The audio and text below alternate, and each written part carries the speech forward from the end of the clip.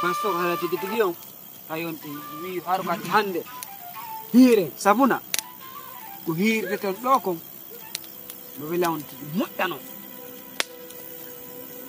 no wela moƴƴano parce que ki wonmo hanki ngon talano lan do talon ngol talo weli moƴƴano o kilan kadi hakkil wi kadi hande mi aru arda e gore juan to ay mi sifitani ko yotto lanko hanki ko talan lolla o wi hande menen kay mi ardu hande meden tala talo ɓuri hankin ko talan lollam oh bismillah ala ko ɗum ɓurlan hande ni ko yiɗo ko yiɗa ko hunde wotere to mi wattanto ma ɗon to mi wattanto nde to on ɗiɗo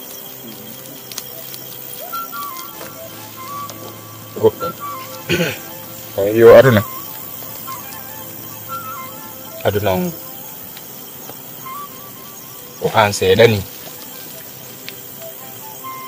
sayi wela sayi metta ko gonga hanki mi talanima talongol a yehi a sifitani ke gorejo ma ete mi wolama kon ko wonde haqiqa no foti kamɓe ɗo no jokkete wara o arɗo hande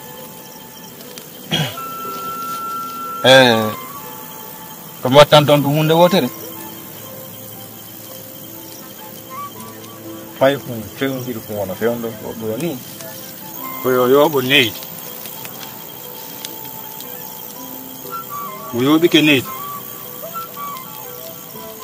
kala ko yaaruɗa e aduna Allah kala ko yaaruɗa a heɓay ni a heɓay baaba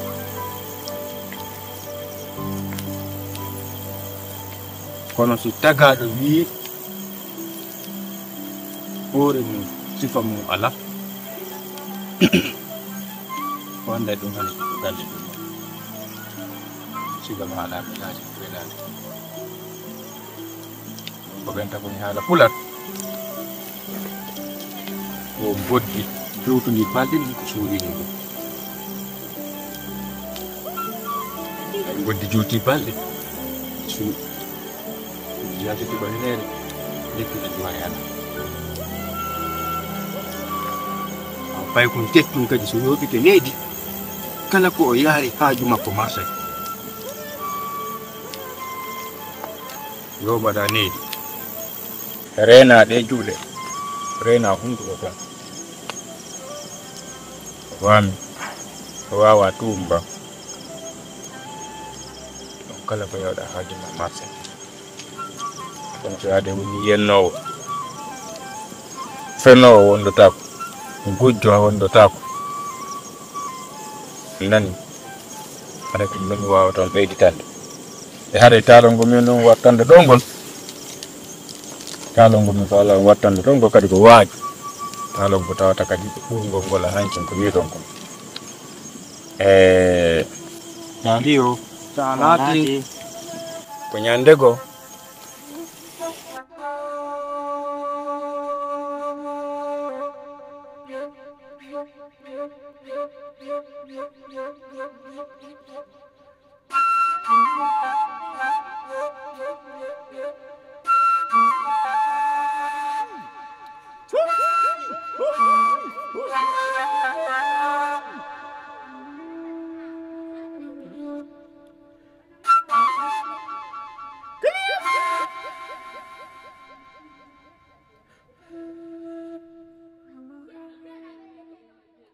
joni ɗo koye janganɗo ko jangantinɗo ko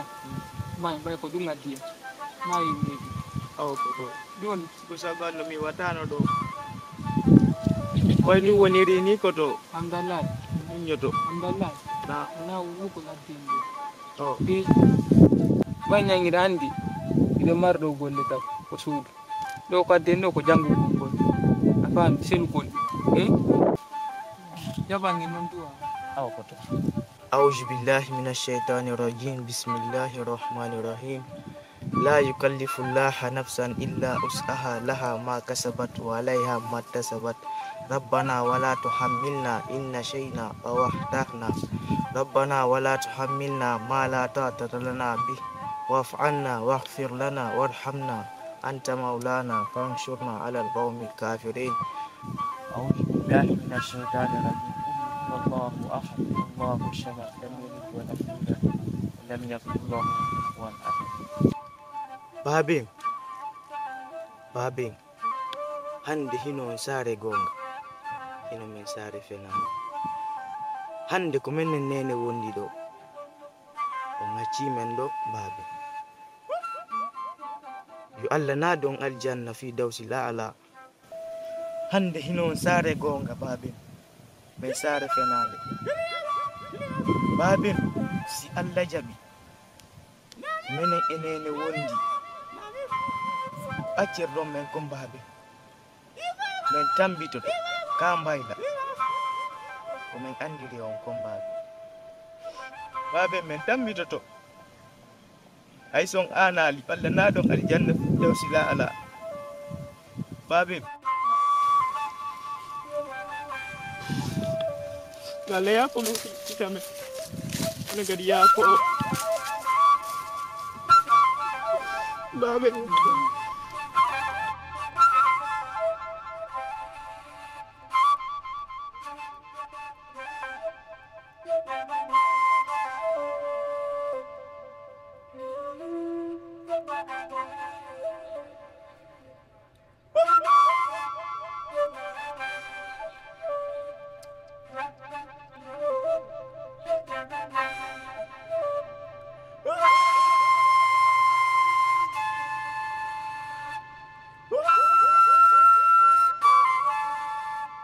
eɓe faare gonga onon ɗum faare sunan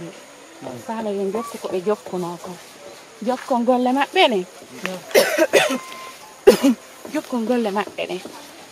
golle wakkile ɗum golle non o yi ko bayla on ɓe acci fursu ɓe acci hakkilo ɗon jokkon non golle on boboɓe an ɓe jeejiyo nen min Allah jaɓi funno wota on mappo fiɗum min mi golla hay son wola min golli ko ɓe acciri min ko kono noon eno kadi hamdallahi o ko o ɓuri fandude amin kanko ni kanko mo no gasa kanko duwa gollude moƴƴa moƴƴa ɗum ɗon wolanemo nene alhamdulillahi anani ko fotoma woni ko wakkilo ɗon daden ma halsemari wona goɗɗum wat waɗi wakkiloɗa wari mo hande na goɗɗum maɓɓe wakkiloɗa fotañe ko toma yumodira wakkilo ɗon nani ɗo hay so wolani jeeji on bobo mami on wakkilo no yaho wakkilo ɗum ka bayla ka baɓe men asti on nani bobo nani ko ma ɗum lay so on ɗiɗono awa inde mai oto fof mo tawi ko ɗum ɗon mafino fiiri goɗo oto an non waddino ɓeɗe mon uttino koto an kadi tawi ɗum ko sabu ɗum ɗon kota maɓo hikkanto e piwno koye fofti yeeso tawi ɗum ko ɗum noon faalaɗa wullintawo ɓerde mon tawi ɗum ko ɗum noon faalaɗo a jarama bewa pinga ceɗal mon mapinlannene babani mo dikkay si Allah ja nan dikkay ko mapa walla hokkorin cellal en fof en ni bobo ɓe yalla waɗu bakema amina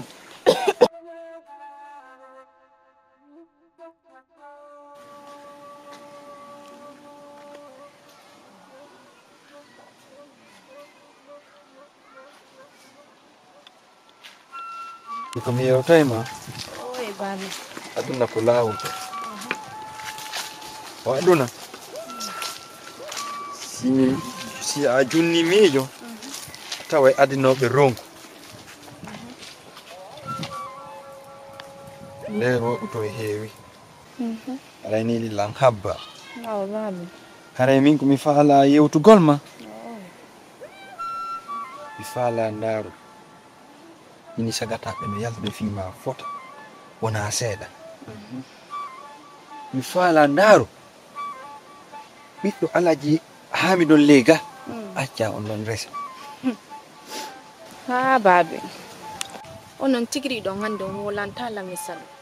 Mi haalani on ɗum ɗon fi mariage ɗum ɗon sele ɗum. Onon tigiri ɗon hande simi jombama piigi buy sanje. Mi woroto e piare modi an inna la waɗi ɗum ɗo ma wattiri ɗum. Onon tigiri ɗon hande piiji kono tan mi wawata wadde. Piiji kono ton si goɗɗo wanna Allah ɗon andi hare mi wawata. Hey defugol si golloɓe waɗali min mi wawata. Onon tigiri ɗon hande piiji kono ton ko golloɓe tumminate waɗ. Fi jombede on ɗum ɗon sele ɗum ɗon. Min nan takko mon ɗo ni. Komi falama yewde Min babe nan genti yo. nanno nyama kala ɓenno maaka aduna daranaki goto a tiggitaki ha yoɗɗa ɗule ɗe Kono woniri. haray mi si a jaɓay konngol angol hilan yiiɗi ya jombe Babe a yeɗulam nan genti yo. wota sondanmi gaynal Yafe. wonata takko an mi wallinnanmi ɓernde kono wallintala wonkiki sago an a waɗayno fenno ko oti huuri ɗo oti wallitoma dankagol nokkure ma nden danku galle ma Babe heɗola ɗo komi won ɗo ni ñande fini wiyeti o duuɓi toway won si duuɓi towi haray goti ko lakara tuum ɓattaɗi wona aduna haray sa jaɓa nilam mi faala ya waɗi faale Babe onon tigiri ɗon andi. Ha ande min mi salanaki. Kono ɗum ɗon babe fi jombede on ɗum ɗon sele ɗum ɗon. Mi wawata ɗum ɗon. Min nan takko mon ɗon. Mi wawata jombede ɗum few. Min non hare nan yiltitade ko suuɗo on tawa elan yeeso. haray lan yiɗno a jaɓano a jaɓana lilam haray le koti yiɗno ko a jaɓu konngol komi yewtuma kon si a jaɓana lilam ha awa jolla yewde ka jami min ni togora nene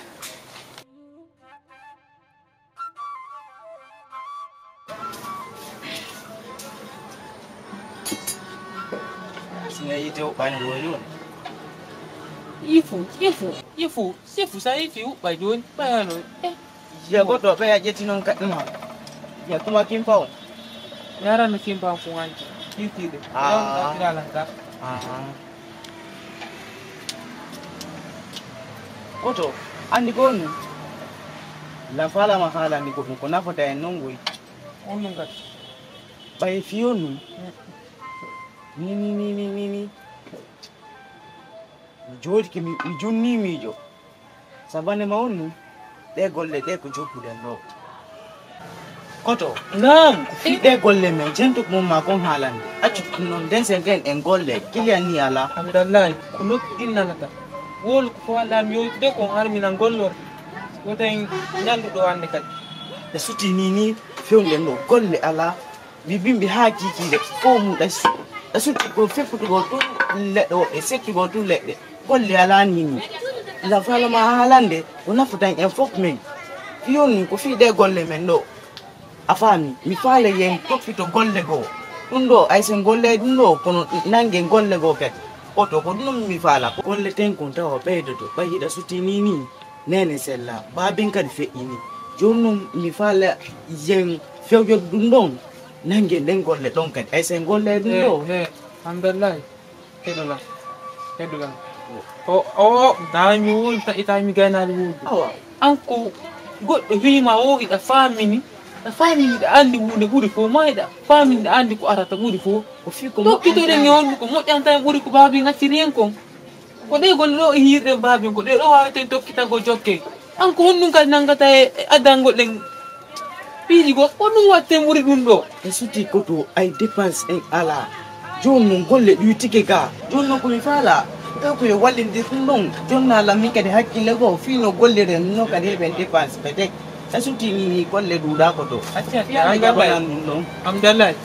Alhamdulillahi. nan koto acce mi golla ifi yitegi ifu koto accu famutire ifu non kene wuta yitegi ndano o koto fi Allah nunna nan goɗɗe mum handi mi faalitaki ñande ɓe ñande yeddodiren ka golleten joni noon han ɓayno ko yeddodiral faalaɗa jokku ka haala maɗum o wolanima ko ɗum no ɓattiren ko ɗum no wonne gollude ka ko ɗum kadi koto ko gonga magoyla andi ko no baben accire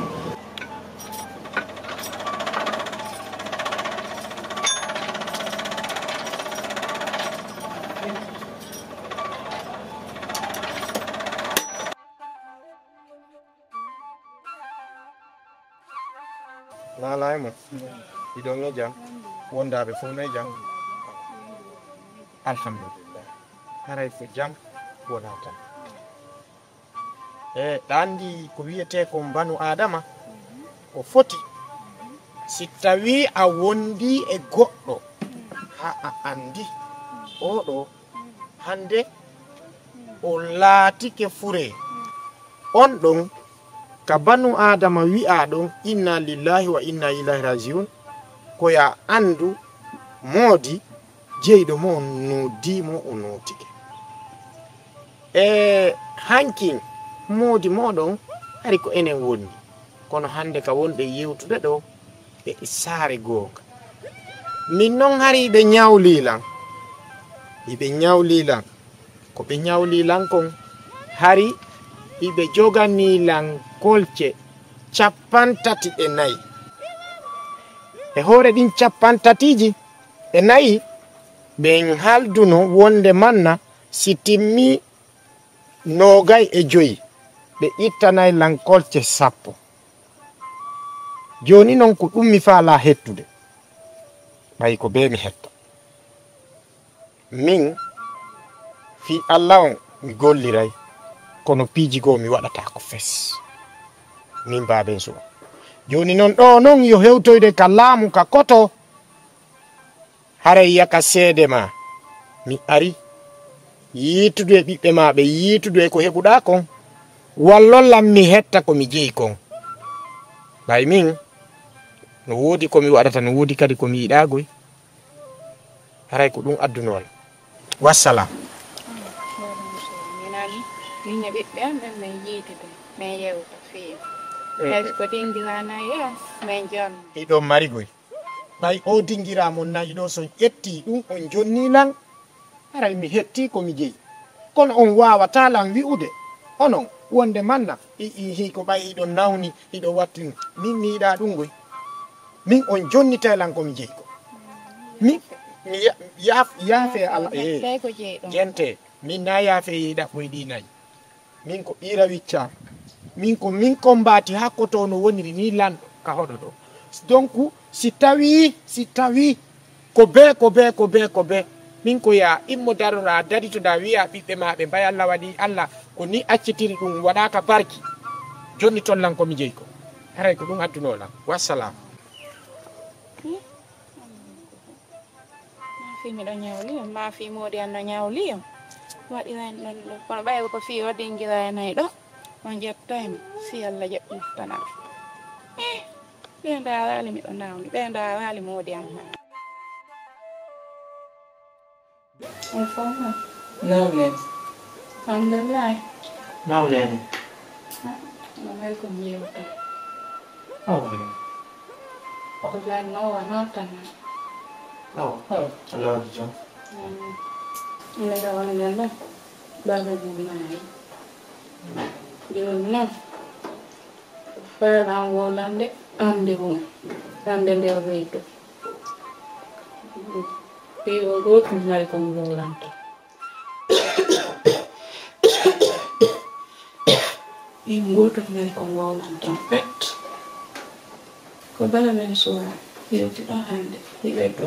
fata wana se Pada gonko ɓe duppi am tawi wattawi yimɓe min famande mi fanki ɓe yewti han ɓe gayni min kadi mi jaabiɓe kono noon ɓe jaaboɓe noon ala ɓe welde ɓe accimi ɗum ɓe ko baɓen mo ñawdinoɓe babin baɓen mo ñawdinoɓe haali noon enen en andali fiinu so enen hiɗe ganduno fiinu hawina yo ɓiiko Ɓe ngandal yoni nande.